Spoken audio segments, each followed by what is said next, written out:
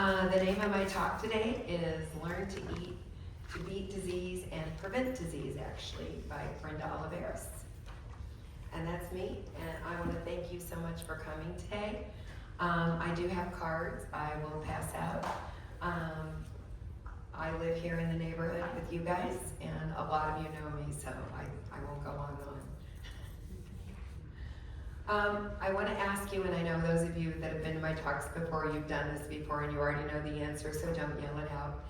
But what is your most important priority in life? Is it your family, your financial well-being, your health, your religious or spiritual beliefs, your friends, fun and excitement, or travel and adventure? So just think about that for a second, get your answer in mind. And ask yourself, what is your why? Why are you here today?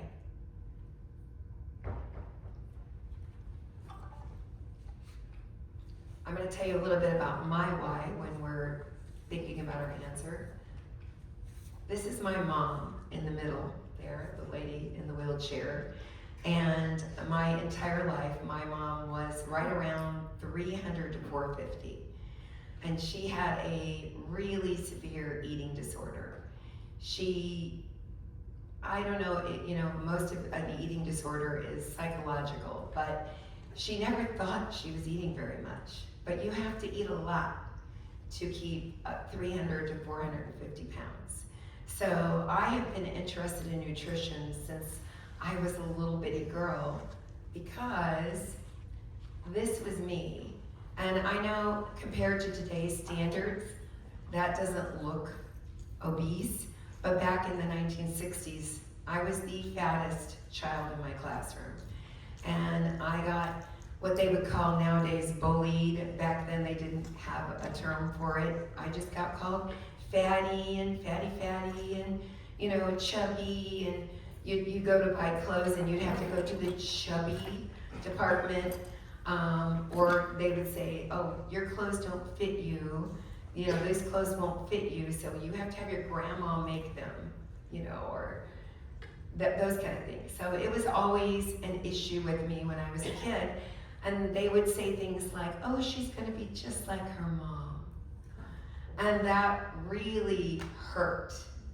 And so I got it in my mind, oh, no, I am not.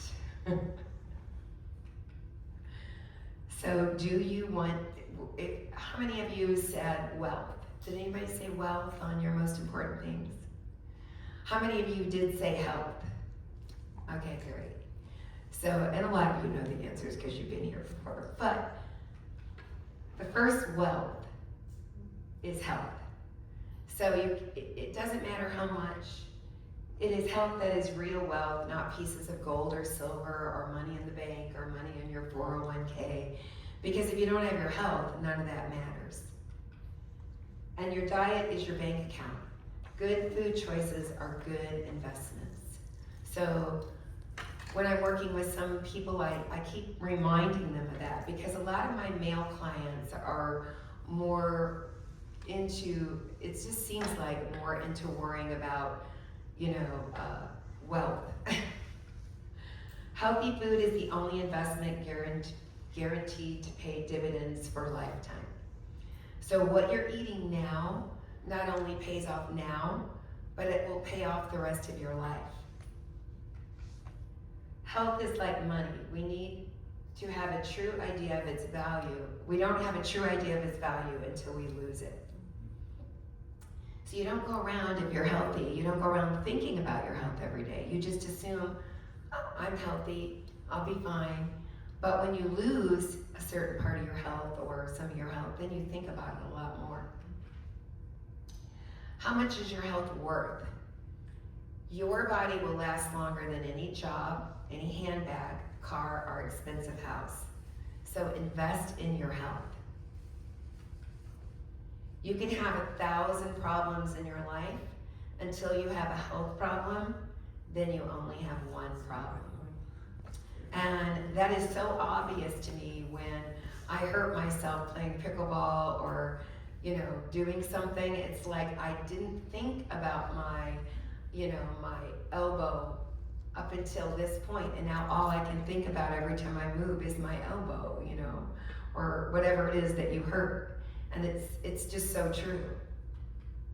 So this is my dad. I talked a little about my mom. This is my dad here, and some of you may know Frank. He's at the gym every morning at Mountain View.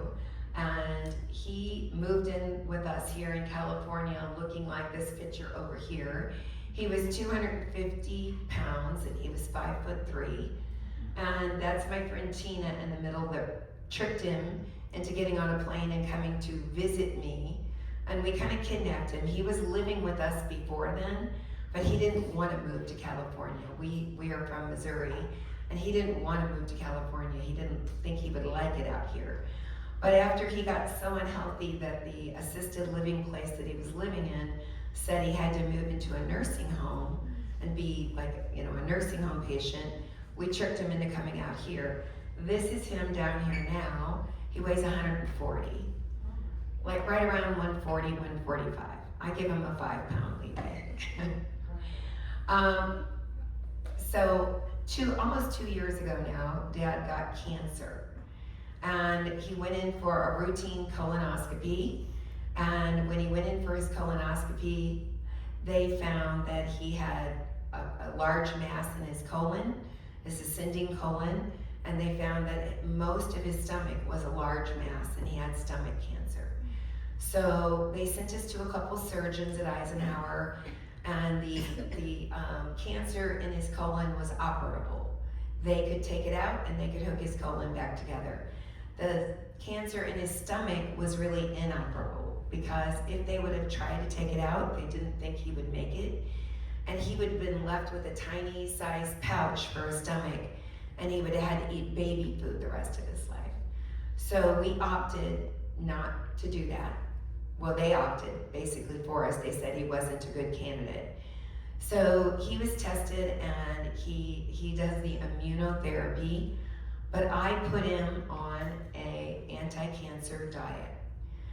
The thing that I will tell you really quickly is I was very upset with the cancer doctor at Eisenhower, because when I said, okay, what is the plan here? What kind of diet should he be on? He said, oh, he can just eat a normal diet. And I knew better. You know, I had just taken my training and I knew better. So then I decided to go for another training after my dad got cancer. And this was with Dr. William Lee. And Dr. Lee is an internationally renowned physician, scientist, and author of the New York Times bestseller, Eat to Beat Disease, The New Science of How Your Body Can Heal Itself. And he's had groundbreaking work that has led to the development of more than 30 new medical treatments and impacts care for more than 70 diseases, including cancer, diabetes, blindness, heart disease, and obesity. And now he's added Parkinson's and Alzheimer's to his list since this came out. And so I went for a week-long training with Dr. Lee, who is the nicest person you'd ever want to meet. And these are his 2 books that he had out at the time. And you can get these in Audible, or you can get these, you know, to read. So my plan was with my dad on day 1 that he was going on this anti-cancer diet. So this was in the back of the PDF that came with the Audible book. So I highlighted what Dad was going to eat now. And we were gonna work on killing those cancer cells. The first thing is, when you have cancer, you can have no sugar, 0. So a lot of people say, well, I try to eat foods that are less than 3 grams. No, 0. If you have any kind of disease process going on at all, sugar is not your friend. So these are the things that were on Dad's list that he got to start eating all the time. If we go back, I think I could go back. That's the stew that he pretty much lived on for quite some time. I had an anti-cancer stew and an anti-cancer soup.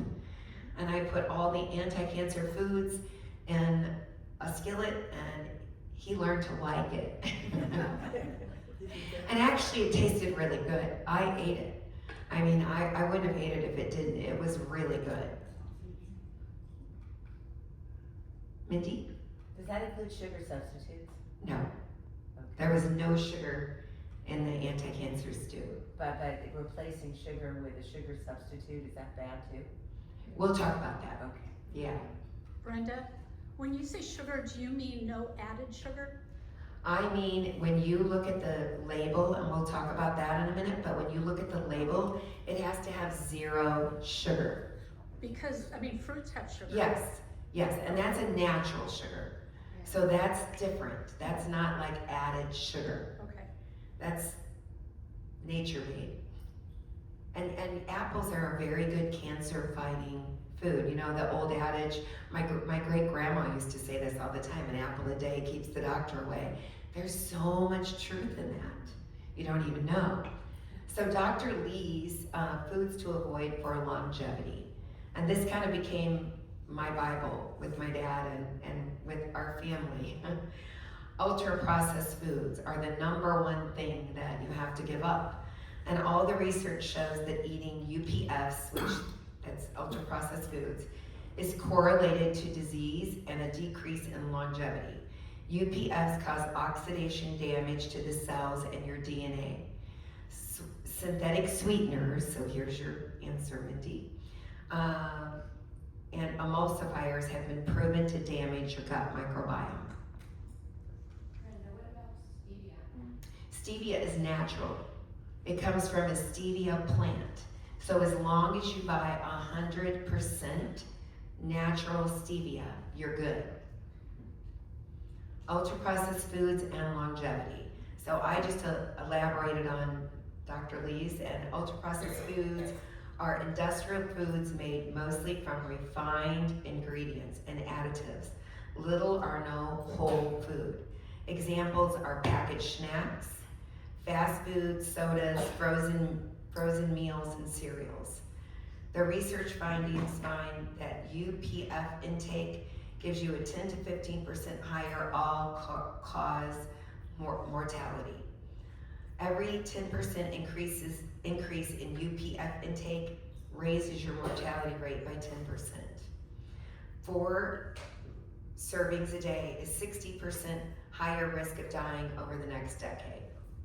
So if you're doing nothing but eating highly processed foods, you're not going to live nearly as long as somebody who's not eating them. It's just research supports that. UPFs and disease risk. So there's a strong associations between heart disease, stroke, coronary artery disease, type 2 diabetes, obesity, hypertension, metabolic syndrome, which we're going to talk about some of these in just a minute. There's a higher risk of certain cancers, including breast cancer. And we're going to talk about that when it comes to alcohol in a minute too.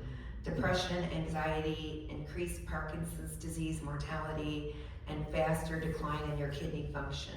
The key point is the risk remains after adjusting for calories, weight, smoking, and exercise. Eating ultra-processed foods is really a risk for your health. Processed meats. And this was a real eye-opener because my dad loved his pizzas with the pepperoni and the sausages on them. And that was a definite, you have to give that up. Processed meats are now classified by the World Health Organization as a carcinogen. So why they still sell them, I don't really understand. I can't get it, but meaning there is a strong evidence that it can cause cancer in humans. Regular consumption of processed meats such as bacon, ham, hot dogs, and deli meats have been linked to an increased risk of colorectal cancer, which my dad had. The risk is believed to be due to chemicals used in processing, such as the nitrites, and polycyclic aromatic, or however you say that. I say it PAHs, which can form carcinogenic compounds in the body, which are all things that nature did not intend for us to eat. Processed food and basically your cancer risk. And this just goes over why processed foods increase your cancer risk. And it's all because of the things we just talked about. But the key message is the more processed the food, the higher the exposure to compounds, and they raise the long-term cancer risk. So, it's funny, more and more people get cancer the older we get, and I really wanted to know why, so I asked Dr. Lee.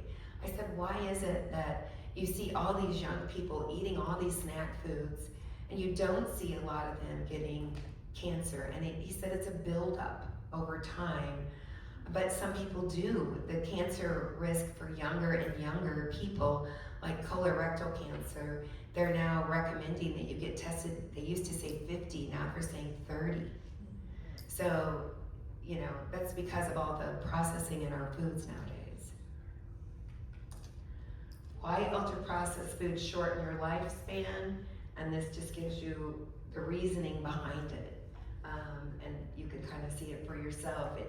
The high energy density means lower fiber, and it spikes your blood sugar, and all these things that are bad for you are in there. And the bottom line is the degree of processing itself increases disease risk and reduces your longevity. And I always look at it like this. I want to live to be a ripe old age. I want to see my great-great-grandchildren. I want to see what my grandchildren turn out like. I'm nosy. I want to know these things, and I want to be around. But I don't want to be around if I'm not healthy. I don't want to be like some older folks that I've seen that are just bedridden and they're laying there for years and years, and they're not healthy. So to me, it's not worth it if you are not healthy. So I always look at it like, how am I going to not only live longer, but how am I going to be healthy the longest? How am I going to be on the pickleball courts longer than, there's a guy that just now can't play pickleball, but he was 94 when he stopped playing, and we've got some ladies out there that are still in their 90s that are playing, and that I want to be one of them. Alcohol. And I know this is a sore spot for a lot of people. I'm just going to get through it. Close your ears if you don't want to hear it. Alcohol, it causes liver damage. It increases your cancer risk. Alcohol is classified as a group 1 carcinogen, and there's no way around it. For a while there, they were saying, well, you can drink wine because it has resveratrol in it. Now they've proven that's not true, that the alcohol in the wine is worse for you than any resveratrol that it has in it, and you would have to drink like 20 some odd bottles of wine to get the benefits from the resveratrol, and nobody does that, hopefully. Stop raising your hand.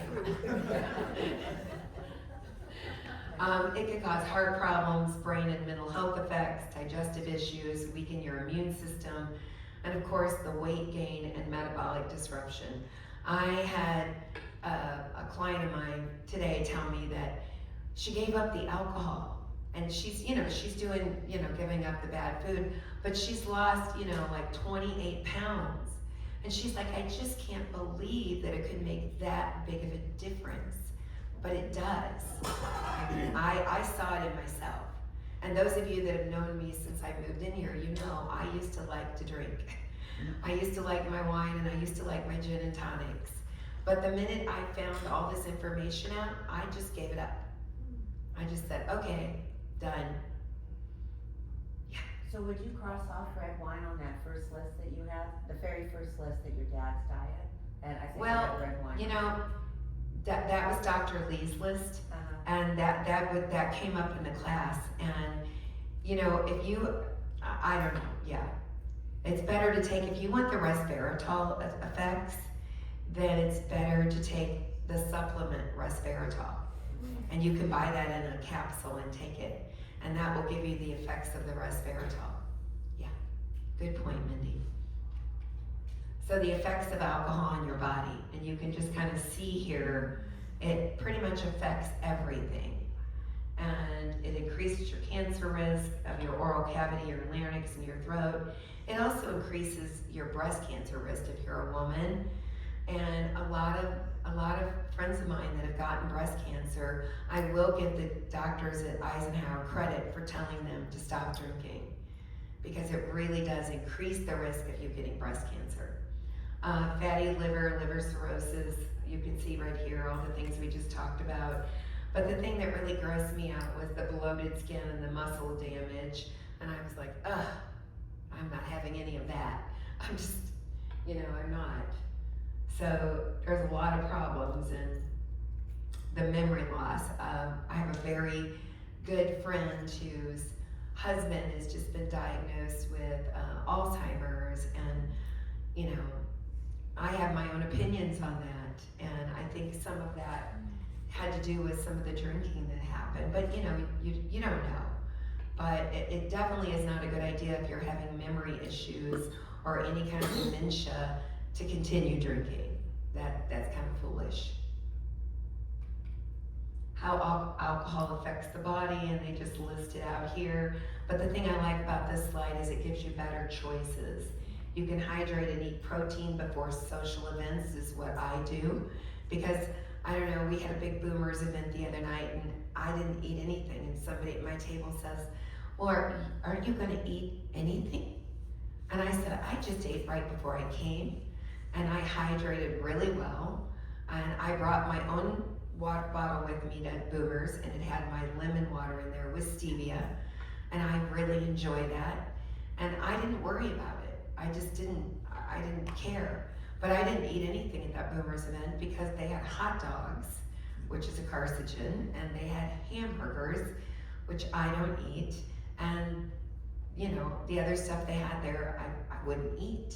And nothing against anybody who ate that, but I don't eat that kind of stuff because I think about what my 80 and 90-year-old self wants to be like, and I want to be healthy and happy, and I want to be like a friend of mine right here out on the tennis courts and hitting balls and playing tennis and doing, running around and having a good time.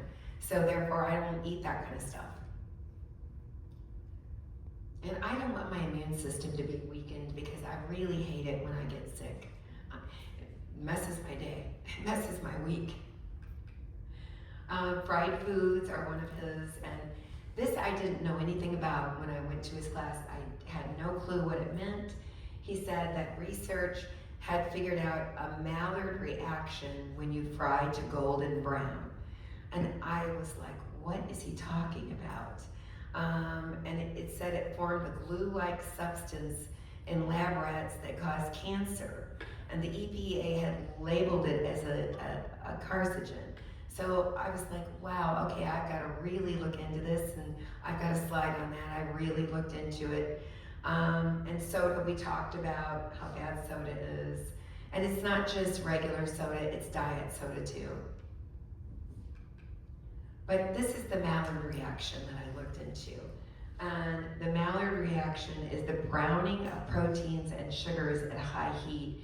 And it creates flavor, but it also creates AGEs. High heat equals more AGEs linked to inflammation and chronic disease. Best oils for high heat are low oxidation oils. So I was cooking in olive oil, and I wasn't paying attention to the heat. So I looked into this, and the best oil to cook in is avocado oil or coconut oil. The best oil to eat on your salads and to have, and I take a shot of it every day, is olive oil. But there's certain kinds of olive oil, and we'll talk about that in a minute. But the best oils to cook in are avocado oil, coconut oil, or ghee and tallow. Moderate heat, if you're going to keep the heat really low, you can cook in olive oil, but you don't want it to be very high for that. And avoid, of course you're going to avoid those anyways, are these seed oils. The harmful effects of soda and diet soda. Those of you who were here last week, you're like, I'm sick of hearing this now. But they contain artificial sweeteners, aspartame, sucralose, all those things. And the reason why that's so bad for you is because it alters your gut microbiome. And you don't want your gut microbiome being messed up, and you don't want the good bacteria being killed off. And when you drink energy drinks, you drink diet sodas. I just saw my grandson walk in, so I added the energy drink thing. when you drink those things, that kills your good gut microbiome. And it triggers cravings and increases your appetite despite the 0 calories. It's linked to metabolic syndrome and insulin resistance with long-term use. It's associated with headaches, anxiety, and disruption of your dopamine signaling in your brain. So those are all good reasons to stay away from diet soda. And the healthier alternatives, I drink a lot. Dolores was at my house this morning and I made her a cup of what I call my concoction.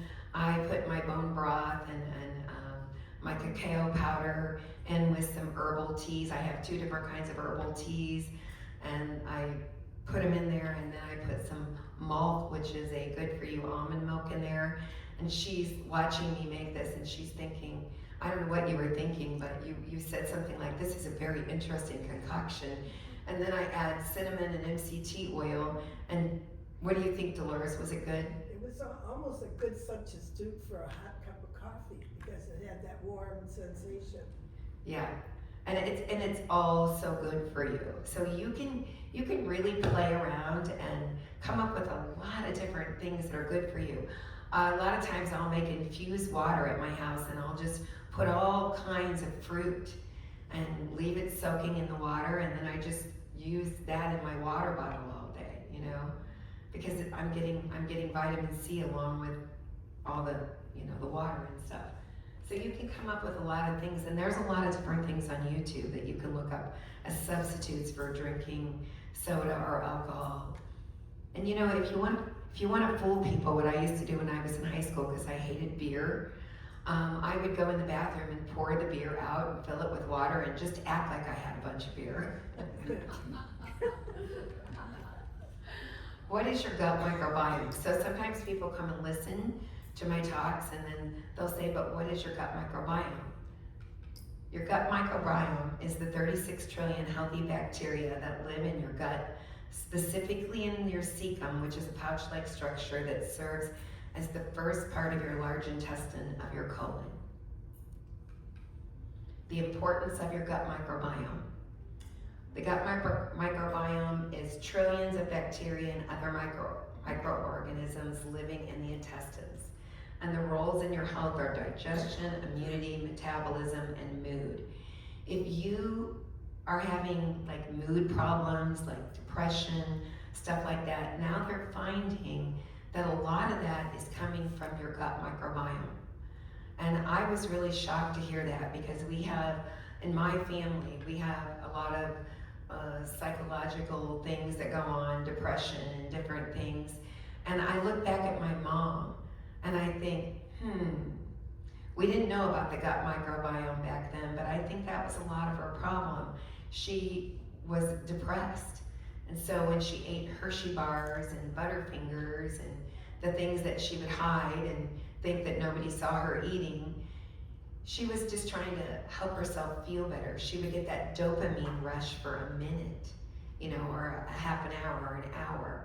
So she, you know, had that eating disorder going on with the sugar. And the effects on the rest of the body, the gut-brain axis, and it influences your mental health. It helps control inflammation, and it affects your nutrient absorption.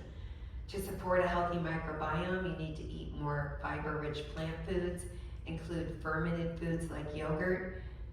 It says limited added sugar. I say get rid of added sugar and no artificial sweeteners, and manage your stress. Exercise in the gut microbiome.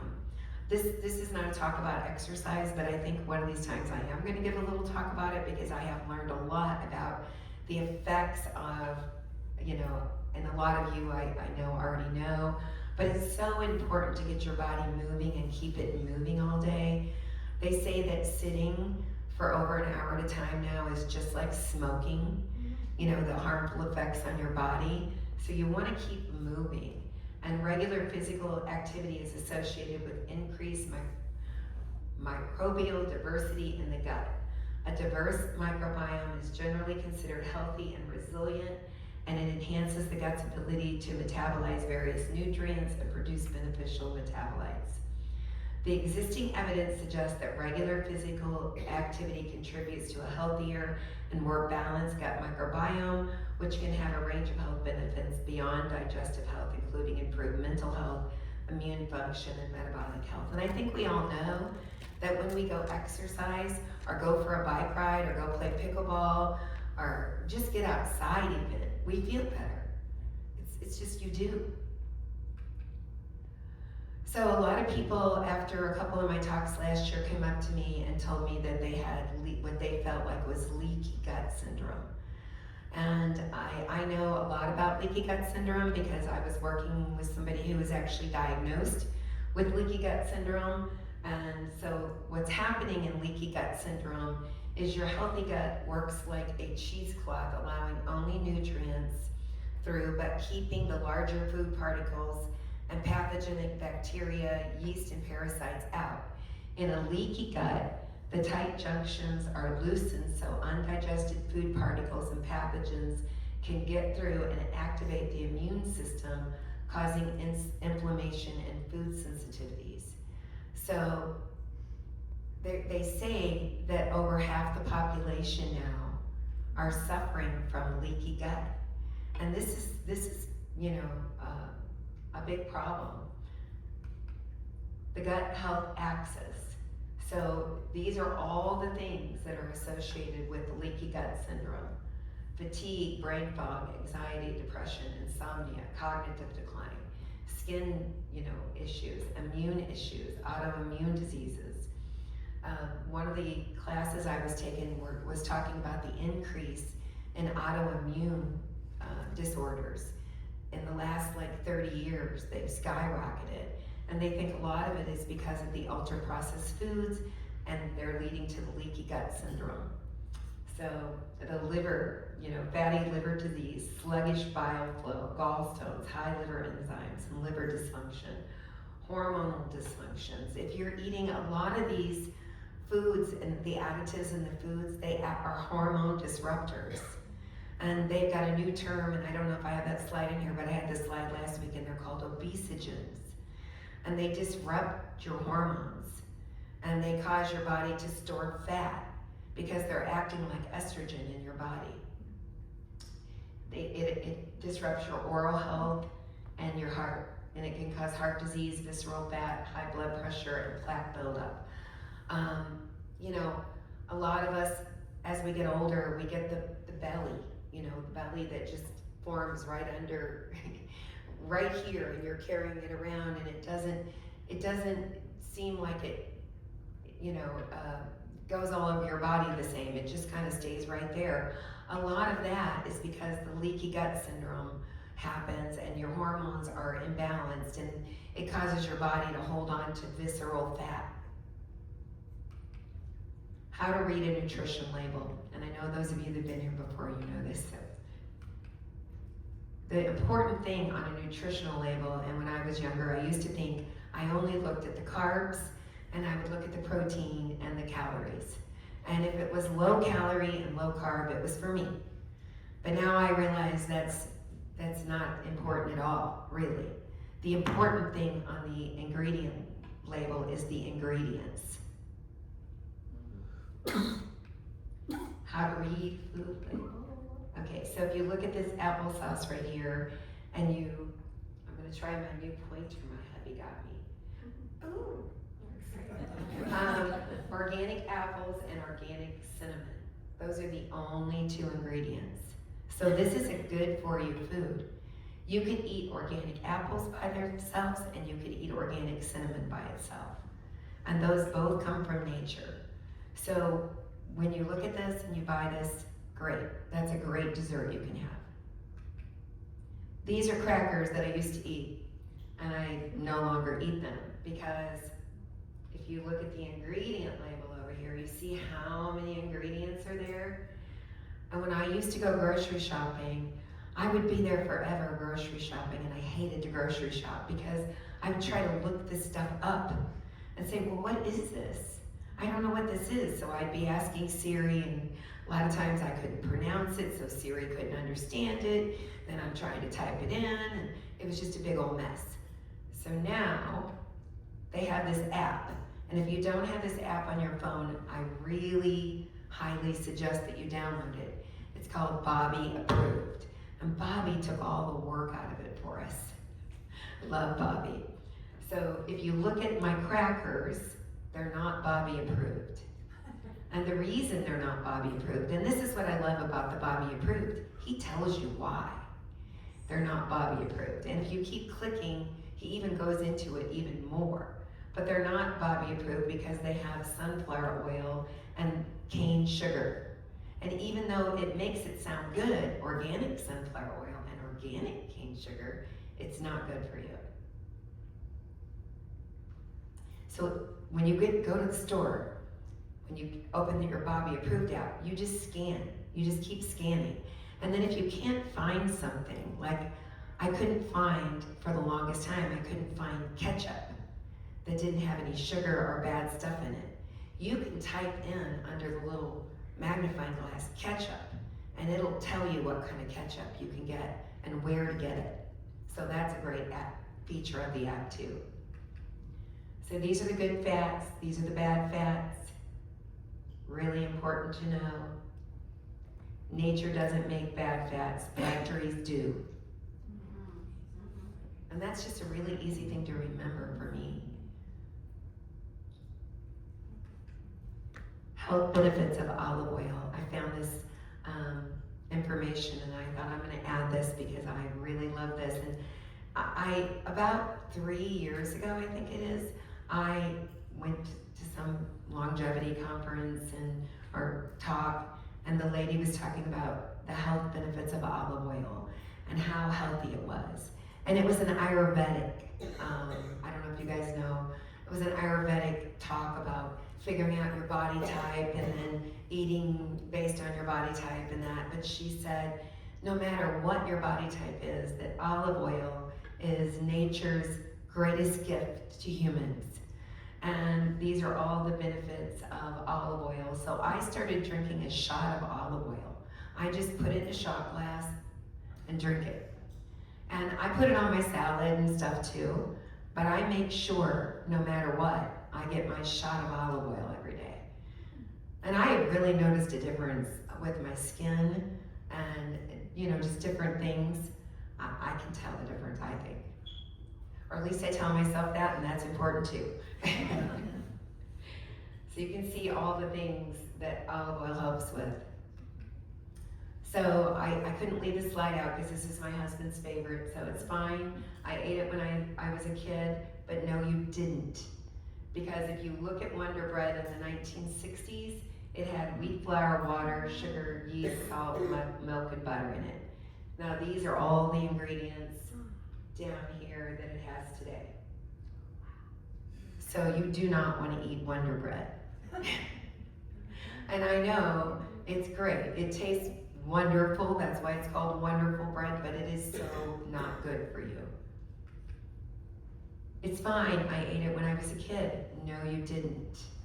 Because back in the 60s and 70s, McDonald's had potatoes, beef tallow, and salt in their French fries. Now, if you look, these are all the things that are in McDonald's French fries. So in my opinion, when I see a McDonald's French fry, I'm never tempted to eat one because I always envision this slide in my head and I'm like, oh, gross. American foods that are banned elsewhere.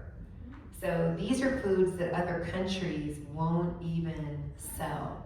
They're banned in these countries. So if you're eating any of these, just know that there's a reason why they're banned in other countries. And I always tease my dad because I always say he used to have a love affair with Little Debbie. He did. My husband can tell you. When he was living in his assisted living place, we'd go over there and there was Little Debbie everything all over. He would try to hide them when we'd come over, and you'd open the cabinet and all these Little Debbie, cakes would come falling out. Harmful ingredients in food, and all those foods you just saw, the reason why they're so harmful is because they have some kind of harmful ingredients and endocrine disruptors, emulsifiers, artificial sweeteners, microplastics, and we're going to talk about microplastics in a minute. The microplastic problem. So a lot of people I see around, the neighborhood, I always see people drinking out of plastic water bottles. And I have to take a deep breath because my husband tells me it's not my job to stop them and tell them not to drink out of plastic water bottles. But I really want to stop and say, oh, please don't drink out of that. Please don't do it, because it's really not good for you. And I know there are times when you just need some water and it's the only thing available. So I try to never put myself in that position. I always try to have my water bottle with me. Even when I went to Boomers the other night, I had one of these sitting on my table, because I don't like to drink water out of the faucet either. I don't like to drink just water that comes out of the faucet. So I'm very particular about my water, and I don't care what anybody thinks. Because at first when I would take this everywhere, people would say, you're gonna take that in there?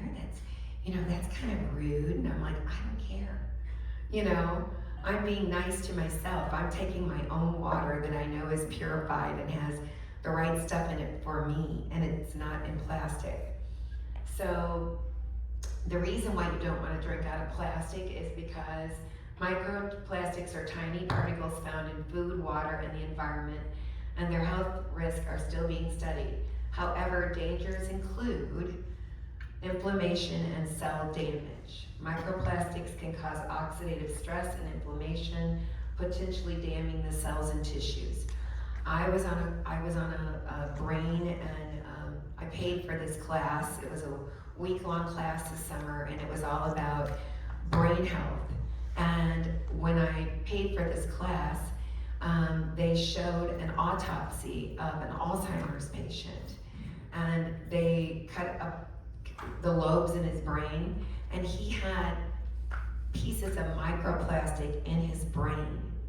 So that to me was very disturbing, and I'm never going to forget watching that. So you don't want to do that. And they've even found microplastics in, it's down there, in organs such as the heart, brain, testes, and the penis. It's like, oh, I don't know, but to me that's just gross. So I think about that when I'm drinking water, like in a restaurant, and I really, at this point, I can't do it anymore. I won't do it. I'll order, the Pellegrino. But the problem with the Pellegrino right now is they started putting it in plastic bottles, and I'm like, stop. So I will say when I go out to eat, I'll say, I would like bottled water, if you have it, whatever bottled water you have or water you have available in a glass bottle, not plastic. Some restaurants don't provide it. So that's when you always have this in the car. Then you say, well, I have to go out and get my own, I'm sorry. Okay, metabolic dysfunction is the root of nearly all chronic disease and symptoms. And this was a great slide that I got from a longevity conference that I went to in LA. And it just talks about all the different problems that you can have: sinus infections, infertility, autoimmune, fatigue, fatty liver disease, all these things. They're just the branches of the tree. And the bottom of the tree is chronic inflammation, mitochondrial dysfunction, oxidative stress, which causes all these other problems. And I like the graphic on that, imagining it like that, So you have to kind of, when I go to the doctor, when I take my dad to the doctor at Eisenhower, it frustrates me because you go in and you tell them what your problem is, and they just want to give you some kind of medication. Okay, so let me give you this, and I'll see you in 6 months. And I'm not saying anything bad about the doctor, but to me, that doesn't get to the root of the problem. If you're just giving me a pain patch to put on because my back is hurting, why does my back continue to hurt? Well, you did the MRI and you did the x-rays and you can't find anything wrong.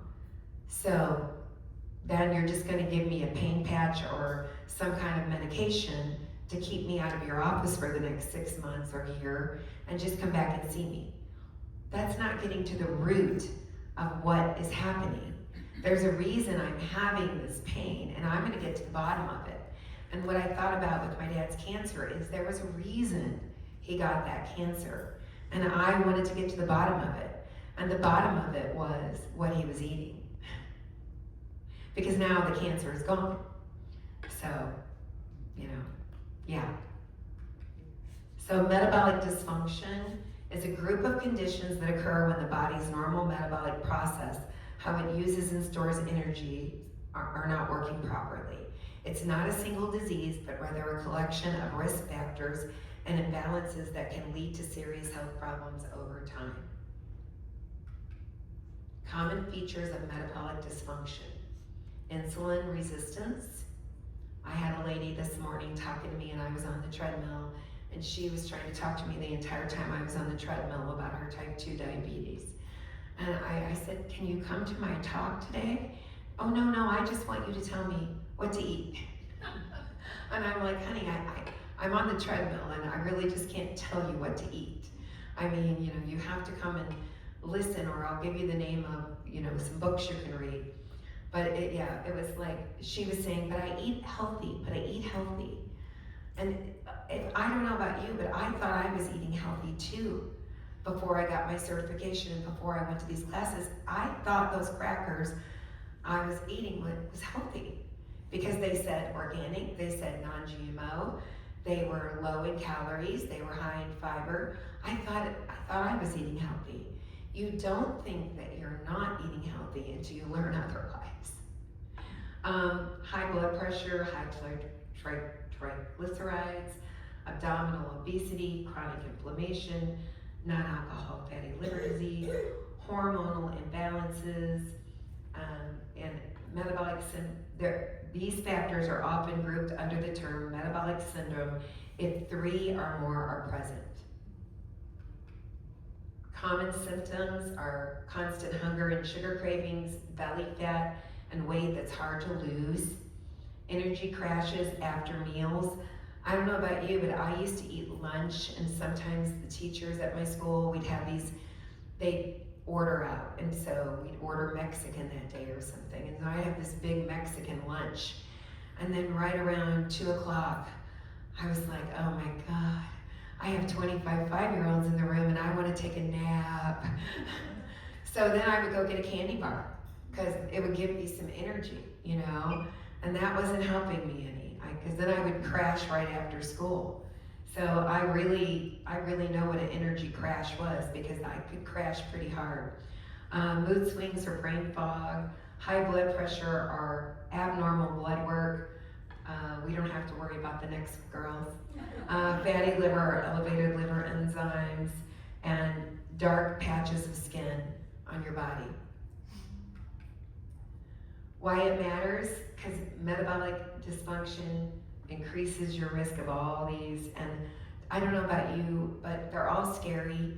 But the more that I'm around and the more I meet people that have problems with Alzheimer's, that to me is the scariest. Root causes are poor diet, sedentary lifestyle, chronic stress, poor sleep, environmental toxins including alcohol, and genetic predispositions. Natural ways to reverse it. Fix the foundation first. Food. Prioritize whole food.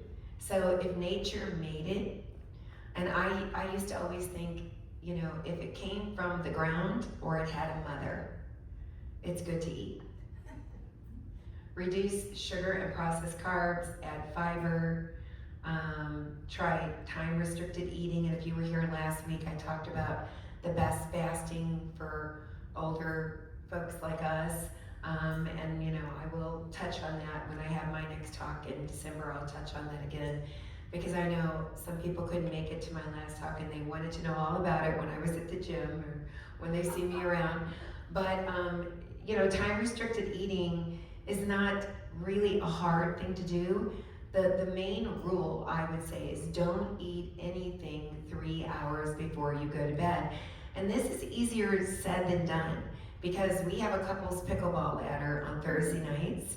And I always say to myself, I'm not gonna eat anything when we go up there. And then I always wind up eating some grapes and some oranges or something, not bad for you food. But then I look at the time and I think, oh, great. Now now is that gonna be it wasn't in my eating window. I went outside of my eating window. So I try not to do that. Consider a lower carb or ketogenic approach for short-term and insulin resistance. Move daily. Walking after meals helps blood sugar control. Now, when I learned this, I was really shocked because back in the old days, I thought they used to say after you eat to rest and let your body have all the blood flow to digest your food, but they're finding out that that is not the thing to do. You don't want to do that. You want to go for a walk right after you eat. Strength training 2 to 4 times a week improves your insulin sensitivity, and stay active throughout the day, not just one gym session. My grandson is sitting back there, and he's a personal trainer. And when he moved here to California last January, when I did the body scan at EOS, I didn't like what I saw too much. I thought I was in good shape, and I didn't think I was too heavy, but my body fat index was like not good. And I was like, what? You know, I'm a good weight. How could my body fat be a little over? You know, I wasn't happy about that. So he said to me, well, Grandma, I'll start working out with you, and you know, you got to build more muscle. So now I bought a machine myself because I like to check it, you know, and I like to do it with my clients. And I'm proud to say that my muscle mass index has gone up tremendously since I've been working out with him. And he had to start me off in baby steps because I couldn't go in there and just do, you know, the heavier weights. But this morning I was pressing 20-pound weights. I was so proud of myself. I was like, who is this girl? Sleep like it matters. And this, I have to say, I wasn't good at either, because sometimes I would stay up really late and sometimes I go to bed early, and I didn't really think about, but when I learned about sleep, and part of our training was one whole entire day was about how to get better sleep and the importance of sleep. You really need to have kind of like a set bedtime and a set awake time. And it's really hard when they do this daylight savings time. It really messed me up. But you know, you really need to strive for that. And the other things they say are limit screen time before bed, and don't look at your phone before you go to sleep. And that's the hardest thing for me. So when I got my glasses done, I had to put a blue light blocker in my glasses. So now I think, okay, well, at least I got the blue light blocker in there. I can look at my phone for a minute. And keep your room cool and dark. Those are just 3 of the many things, but and lower stress. And I know we've got somebody from the meditation club here today, so if you're interested in meditation, hold your hand up for me. There you go. He can tell you about some things about meditation, but I've been meditating pretty much every day for like the last 15 years, and I love my meditation time. And breath work, journaling, meditation, or even just for time outside can lower your stress. Cortisol affects blood sugar, cravings, and belly fat. So sometimes, like if I get a craving, the first thing I always do is I drink water, because most of the time you're just thirsty. So if I drink the water, but I'm still having the craving and I'm thinking, well then I'll go grab a couple of grapes, because that'll always fix the sweet craving. But if I'm still feeling kind of irritable and I'm like, really, I shouldn't be hungry. I just ate and I know I'm not thirsty, because I'll just go outside and go do something. You know, go for a walk or go outside and do something. And the great thing about living in this neighborhood, there's always something to do. You know, you can go for a walk at any time usually, except for today, of course, unless you like the rain. Support your gut. Fermented foods like sauerkraut, kimchi, and kefir, diverse plants for fiber, reduce artificial sweeteners, No, eliminate artificial sweeteners, which can mess with your microbia. Address nutrient deficiencies, common ones that affect your metabolism, and these can be tested. I asked my doctor to test these on me, or magnesium, vitamin D, omega-3s, B vitamins, chromium, and zinc. How to eat for your microbes, not your taste buds. And this is what I really had to train my dad with. I would say you're no longer eating for your taste buds. You are not getting dessert every day. You're not getting your cakes, your pies, your Little Debbies, your things that you're used to having, because you're not eating for your taste buds anymore. Your taste buds can no longer be in control. Your taste buds allowed you to get cancer. So now we're putting your microbes in control. And your microbes do not like all the crap that you have been eating. So you feed your microbes a rich variety of all the things that we've been talking about. And protein is important, and eating organic fruits and vegetables, very important. And of diverse, and I will say, I really have to remind myself of this, because I get the habit of eating the same thing every day. And you have to really try to get out there and eat a diversity of different plants, you know. Here's one of my meals, and I should have taken the picture after I put the butter on my purple sweet potato, because I do put butter and cinnamon on it. But this is my salad, and this was all one meal. So when people see me and they're like, well, what do you eat? I don't ever see you eating anything when you go to the Boomers. You do not eat at all? Oh, I eat a lot. He can tell you. I eat. And when I eat, I eat. What's in the salad, Brenda? That was a spinach salad with blackberries, raspberries, oranges. Those are cuties, and walnuts.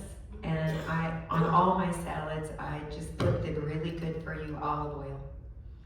Olive oil is my best friend. And I put olive oil over the top of my food too, and sometimes I put it on my sweet potato. But usually I put the real butter on my sweet potato and cinnamon. And Ron likes to slice a banana on his sweet potato. Healthy dietary fat stops glucose spikes. Add or pair fat with any meal, especially carbohydrates, and you will experience fewer fluctuations in blood sugar. Now, I want you guys to do me a favor, and I know there's somebody back there that might be able to help me. If you can find the avocado oil in a glass bottle, I'm looking for that now. That's my new search, because the only thing I've been able to find is avocado oil in plastic, and that kind of bothers me. But I eat the real avocados every day, so. The Dirty Dozen, these are foods that you really want to try to buy organic, because they're not thick-skinned, and it tells you there.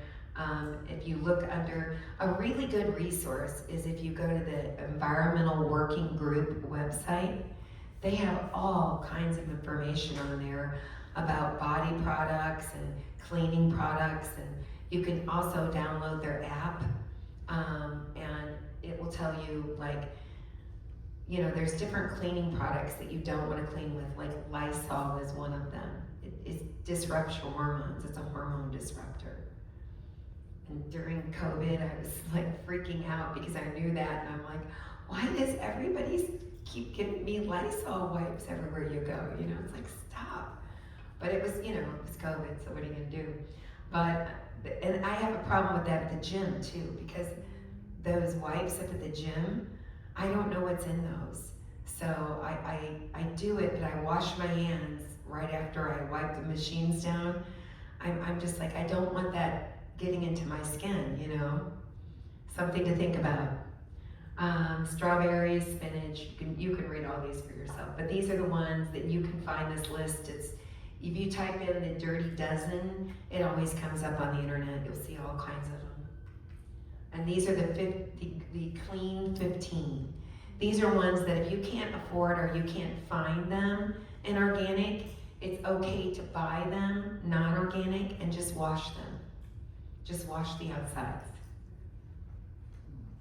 Because most of these, like watermelon, they have such a thick skin, you're not gonna eat the skin of the watermelon. Okay, and this is the other thing that we didn't talk about last week. You can't talk about everything every week, but you gotta be careful about what you're cooking in. So ceramic, stainless steel, and cast iron are all fine, but you don't wanna cook in copper, aluminum, or Teflon, or any kind of non-stick coating. If it says non-stick coating, don't cook in it. We had to throw quite a few pans away at our house when I learned this. Protein. These are the kinds of proteins that we buy, and people always ask me, well, what kind of protein do you buy? I look where it says here 100% grass-fed, and it says in this, I don't know if you can see this down here, but it says non-GMO fed, and it says no antibiotics, no hormones, and it was grass-fed. So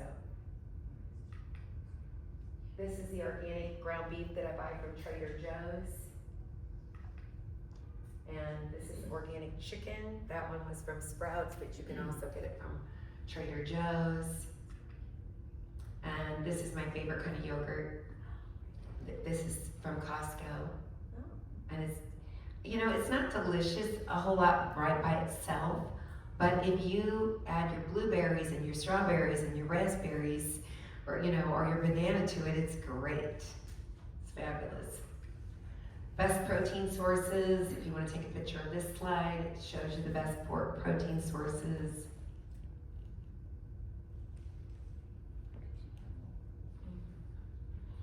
I'm looking into a new protein powder that somebody turned me on to, so if you come to my next talk, I gotta do the research on it though. Which one is it? I can't remember offhand. She sent me a picture of it, but I'm looking into it. Well, what do you use now? What do I use now? What protein powder? To be honest with you, I use Dr. Gundry's protein powder. Yeah. But, He's the olive oil guy. well, he's olive oil too. Yep. This is my bone broth that I love, that Dolores got to taste some of this morning. My favorite kind is the chocolate, but I also love the caramel. And this is from Paleo Valley. You could also buy it on Amazon, but it's 100% grass-fed bone broth protein. So this is a very good protein source. And you get 13 grams of protein a scoop, and I usually have 4 scoops a day because I love putting it in my tea. So yummy. And this is the ground turkey that I buy at Costco. And a serving of it is 6 ounces. And what I do, just to make it easier on me, when I take it out, I cut it in 4, and that's about 38 grams of protein when you weigh it out in one burger. And then I freeze it in little glass bowls, and then I put it in the fridge the day before I'm going to eat it, and then I make it into a hamburger patty and fry it in avocado oil, and then I put what's the seasoning called, honey, from Trader Joe's? Everything but the bagel. Thank you, Dolores. Just love my mom. I put everything but the bagel on it, and then I put a half avocado on top and the avocado mayo from Costco. And these are the new eggs I'm now recommending because they're soy free. And where do you get these at? Sprouts and Clark's. Mm-hmm. They're organic, they're omega-3. So there you go. If you want to improve your metabolism, you need your mitochondria to be healthy. So you got to think about that. People say, well, I have a slow metabolism. Well, maybe one of the reasons you have a slow metabolism is because your mitochondria are not healthy. The body achieves what the mind believes. If you believe healthy food can taste great, you'll find a way to make it so. And in our family, I mean, not that a couple of members of our family haven't gone kicking and screaming, but we found a way to make it tasty and make it good. You are what you eat, so don't be fast, cheap, easy, or fake. So I think about this all the time. I don't like to eat fake food. So when somebody's trying to serve me something at like one of these luncheons, I look at the roll, and of course I want the roll. The roll smells so delicious. And here it comes in that little basket. And this is the moment of truth. And I have to think, I'm not fake, I'm not easy, and I'm not cheap. So pass the basket, you know? And it helps me. It helps me to think that way. Or I'll grab that roll and I will eat it in a heartbeat. Key tips for optimal hydration. And we didn't really get into the reasoning why it's so important to stay hydrated, but it is so important to stay hydrated. And we live in the desert, and it's even more important for us. And the older you get, the more important it is to stay hydrated. And there's all kinds of reasons with your skin and your face and your hair, but more importantly, your organs and all that. So I highly recommend that you have some kind of way to purify your water. You can get a 0 water pitcher thing if you don't want to put a system in your house, but you have to make sure you change your filters when it tells you to change them. You can get a refrigerator that has the filtering system on there. When we redid our kitchen, we put a triple osmosis filtering system in, and it's great because the light turns red. The light turns orange, and it tells you to order your filter. And then the light turns red when you need to change it. So there's no messing up on that. You always are sure that you have filtered water. But I do know that I've gotten the water reports from Coachella Valley, and you do not want to drink the water right out of the faucet here. I will just let you know. We put a filtering system in our shower even because I was like, I'm not even taking a shower in that. Sorry.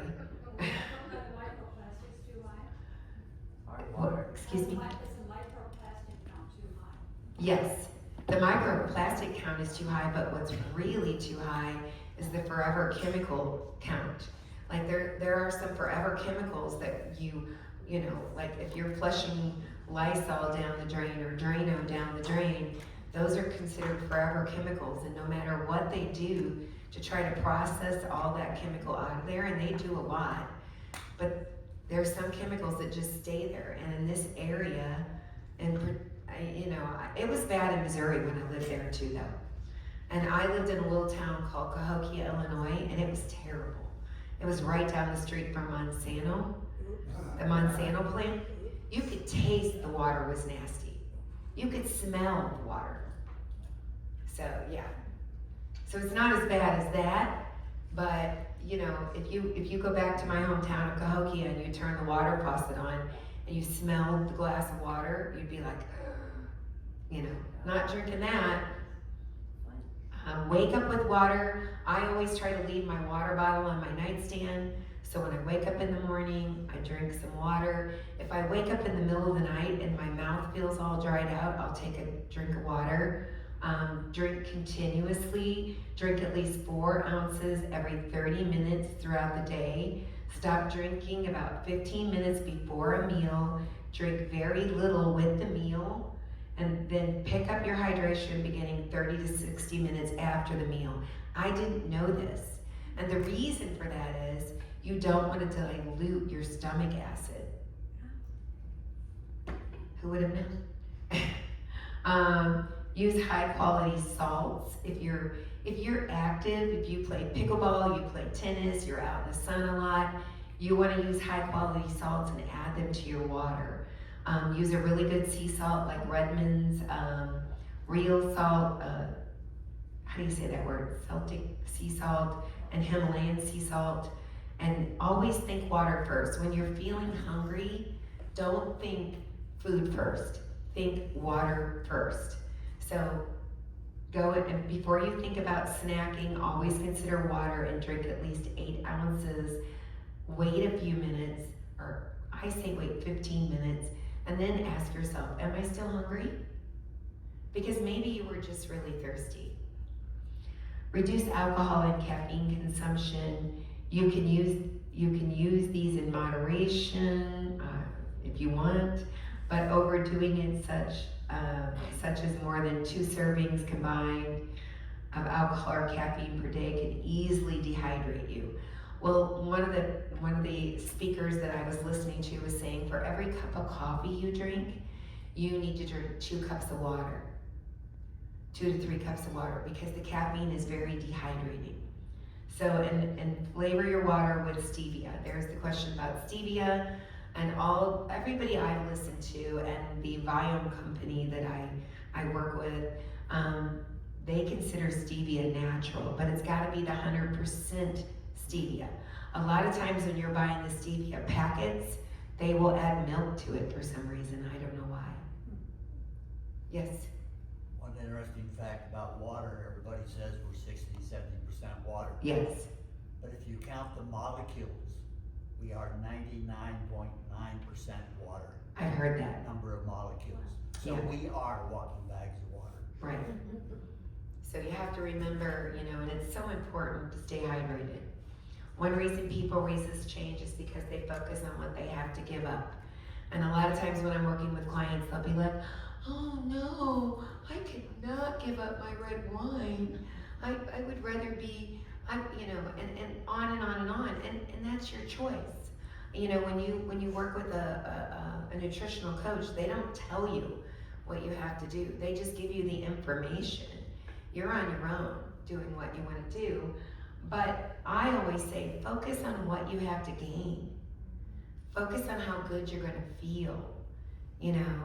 It's really hard sometimes when you tell people that there's no bread that you can eat in this country that's really good for you. And that's a hard thing to give up for a lot of people. You're like, well, then how do I have a sandwich? How do I, enjoy myself without bread? Well, you can. I do it all the time. I haven't had bread in forever, and I don't know. When I first started, Dolores, do you mind if I pick on you? When I first started working with Dolores, she's like, well, what kind of bread can I have? And I'm like, you can't. But she's done great. How much weight have you lost, Dolores? About 20 pounds. 20 pounds. And she feels phenomenal. But I can eat buckwheat. Yes. I get buckwheat toast. Yes. Buckwheat cereal. Yeah. So she moved to buckwheat. See, she found a way. She found a way to do it. So, it's like you can't focus too much on what you have to give up, or you're going to be like, oh, I can't do this. This is not for me. I can't do this. Well, maybe it's not. But, the thing of it is, if you focus and you have a positive attitude on what you can do, even if you remove one thing, even if you have been, a red wine drinker every night and you remove 4 glasses a night, 4 glasses a week, you're doing your body a favor. Even if you cut back on something, you're doing your body a favor. Even if you've been drinking diet soda, and you don't drink diet soda anymore, you're better off than you were drinking the diet soda. So just think about it like that. I always say, give yourself little pats on the back for everything that you do right. Let's say you went to the store today and you bought organic grapes, and instead of eating the cracker or the piece of bread, you ate the organic grapes. Hooray! There's something you did right. Do something today that your future self will thank you for. Our actions and decisions today will shape the way we'll be living in the future. So, I don't know about you, I just turned 65. And I keep thinking when I see people like Dolores, who's, you mind if I say your age? Go ahead. Okay, so, she's 85 and she's in line, 86. And she's in line dance for 2 hours, just dancing away. And I'm thinking, am I gonna be able to do that at 86? I wanna be able to do that at 86, And she's just a go-getter. I mean, if you watch her out on the dance floor, you're like, wow, look at her go at 86. It's an inspiration to me to see people in our neighborhood like that. I've also seen people, and I hate to pick on my dad, like my dad, who's only 88, and he's an inspiration now. He's at the gym every day, but he was just a thug in front of the TV for quite a few years. And it's like, what kind of life is that? You know, you're sitting there watching TV all day, eating your chips and your Little Debbies, and what fun are you having? You know? So I don't know. I mean, I just feel like you really got to think about yourself in the next 10 years, in the next 20 years, or however much time you have left. None of us know how much time we have left, but I just know I want to have a good time in the time I have left. And those of you that know me, you know I like to have a good time. And those of you that don't know me, if you see me out at one of the parties, you will know that I'm the one that's having a good time. I had somebody at Boomers the other night on the dance floor. They came up to me and they said, "You are a dancing fool." And I'm like, that's the best compliment. Whether you think you can or you think you can't, you're right. And I taught kindergarten for 30 years. And I used to read the story of the little engine that could. And I used to tell my kids this, you know, if you go around saying, "But I can't, oh, sorry. I can't, I don't know how to write my name. I don't know how to do that," then you're right, you don't. But if you think you can, and you try, and you look forward, and you see yourself doing it, you can. And I was giving somebody in my life a little talk the other night, and I said, you know, if you look when you get in the car, and you're driving, and you want to go somewhere, and you only look in the rear view mirror, and you can only see what was behind you, and you think about all the mistakes that you made. Well, I did this, and I did that, and and I shouldn't have done this, and I shouldn't have done that, and if I could only go back and do it this way, or do it that way, you're not going to get anywhere in life. But if you're looking out the windshield, and you're looking at where you're going, then you can get somewhere. You're never going to get anywhere by looking in the rearview mirror. And that's the way I kind of look at everything. For those of you that were at the dance the other night, one of the pom-pom girls made a mistake. And she all week long has been, "Oh my gosh, I made a mistake. We practiced for all these weeks." And finally today I said, "Would you stop it? You made a mistake. Now move on." And nobody even knew she made the mistake. Nobody even knew it but her, and those of us that have been practicing. Everybody else just thought it was meant to be, they just thought it was part of the routine. And here it is a week later and she's still worried about it. And I'm like, stop it already, move on. We have more parties to go to, more fun to have. We can't keep rehashing the last party. And this was dedicated to my mom and her sister, my Aunt Joyce, who I really wish I could have helped. And I did try, but didn't work. And this, I always end with, this was from a great longevity conference that I went with, and they said, if you have all these things in your life, then you will have wonderful longevity. And you can see that they have tons of sunlight on there quite a few times, and going outside and clean air and water. And I feel like we're so blessed to live in Sun City. And that's one of the things that attracted me to this place, was the name. Ooh, I'm gonna be in the sun, because I moved here from Missouri, and we didn't get sun all the time in Missouri. So we are truly blessed to live here, and we are truly blessed to live in such a vibrant, older, healthy community of wonderful people who are supportive of each other. And that is so important too. Making new friends. I see some new friends that I just made, 2 weeks ago here, and it's just wonderful to just keep making new friends and keep having a good time together. Now, if you have any questions, I would like to take your questions. Do you take vitamins or probiotics or anything? I do. Do you recommend probiotics for the microbiome? Well, this gets us into another discussion, but there is a testing out there called Viome. It's VIOME. And about, I guess it's been, how long ago has it been? A year? A year ago, I did him and I both did the biome testing, because I took a class, a week-long class on the gut microbiome. It was all about the gut microbiome, and the guy who was the professor that was teaching that class developed that test, and you send in a little piece of your poop and your spit and your blood, and they analyze your gut microbiome and your oral microbiome, and they recommend your pre and probiotics and your vitamins, and they formulate them. I know Dolores is on it too, and they formulate them just for you. Nice. So if you're interested in that, you can get a hold of me, Mindy. Any other questions? You hear a lot about plant nutrition now, and, you know, it doesn't include any meat. I know. I mean, it seems very, it doesn't include eggs or plant, or any meat really, so I think this is a better looking approach. Well, I don't know if you know this about me, Carol, but I used to be vegetarian, and I didn't eat any meat. And then when I went for my training with Mindy Pels, it's been 2 years ago, 2.5 years ago, she was like, you can stay vegetarian all you want, but if you want to be healthy, you have to get enough protein as you age. And I got to looking at some of the choices I had been making, and you know, honestly, I lost, after I went to her training, I lost over 20 pounds, and I lost it all in the right places, and it's really helped me. Now, the thing that's really helped me in the last year has been the weight training.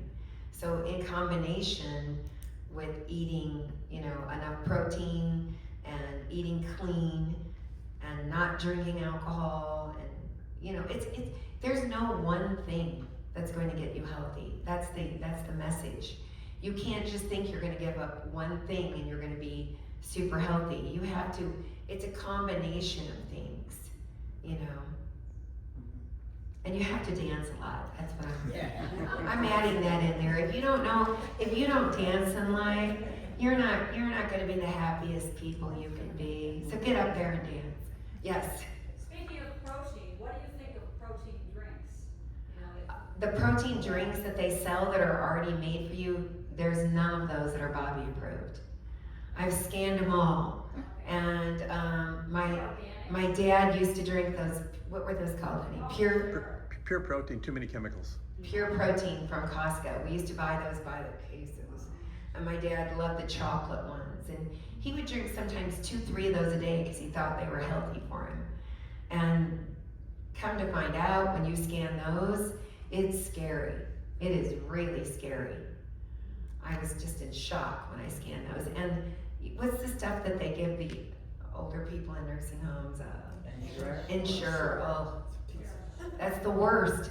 I'm like, so why are they giving them Ensure? They're trying to kill them in the nursing home? I mean, I'm just thinking to myself, after I scanned that Ensure, I'm like, that seems like that should be illegal. You know, you put somebody in a nursing home and then you give them poison? That doesn't seem right, does it? Anybody else have a question? Oh. So, I take it coffee is, not good. No, coffee is fine. Coffee is fine as long as you, and I didn't have anything up here about that. So, you know, certain talks, I can't do the same thing every talk as in the people that come to every talk get bored, but then I realize there are people that have never came to my other talks. But if you get coffee that's organic and mold-free, that's the two important things about coffee. And I always say shade-grown too. Shade-grown, organic, mold-free. So do you buy coffee and where do you buy it? Where do you buy it? Well, we get it from Paleo Valley, Well, also Trader Joe's. also Trader Joe's. Sprouts has a good selection. Yeah, Sprouts too. Organic, mold-free, what was the other one? Organic, mold-free, and shade-grown. Shade. And it says all that on the package? Yep, it does. And I drink coffee every day. Okay. He does. It's about what you put in it or don't put in it, right? Yeah.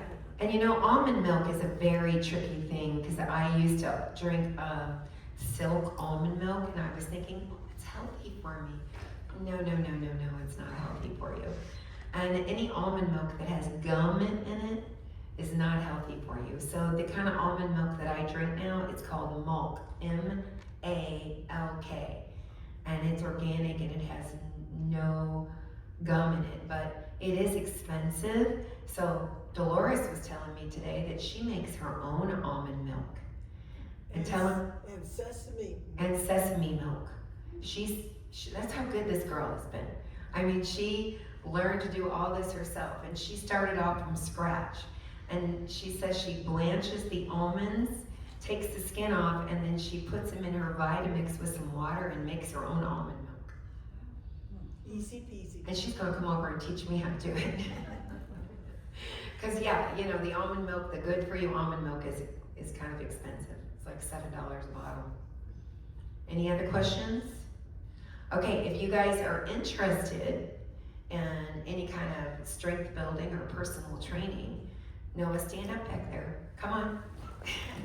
This is my handsome grandson, Noah, and he's a personal trainer, and he can train you, and he's really good. He's really good, and he knows how to work with older people like his grandma who have issues. All right, I want to thank you so much for coming, and if any of you want to get a hold of me, where are my cards at? She said in December. I don't know. Brenda, do you have a date in December? Yes, it's the second Saturday in December. Bye, thank you. Anybody need a card?